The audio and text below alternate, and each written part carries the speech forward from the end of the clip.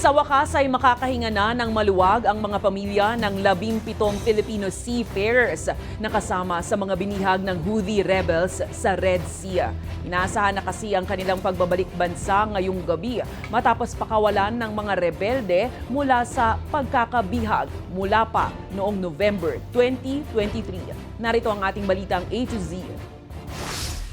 Matapos ang mahigit isang taon ng pagkakabihag, pinalaya na sa wakas ng Yemeni Houthi rebels ang 17 Filipino seafarers ng Galaxy Leadership.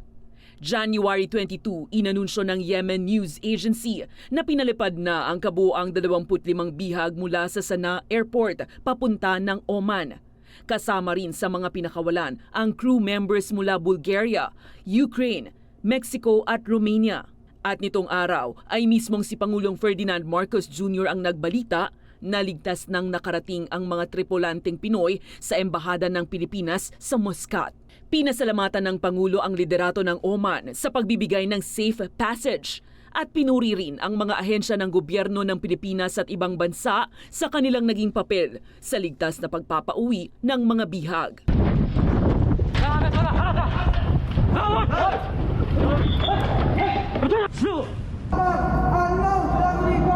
November 2023 nang lumapag sakay ng helicopter ang Houthis para kunin ang kontrol sa Israel-owned cargo vessel na naglalayag noon sa Red Sea. Ito'y bilang suporta umano ng Houthis sa grupong Hamas sa kasagsagan ng Gaza War. Pero salamat sa tigil putukan sa Gaza na napagkasunduan ng Israel at Hamas, pinakawalan na rin ng Houthis ang mga bihag sa Galaxy Leadership.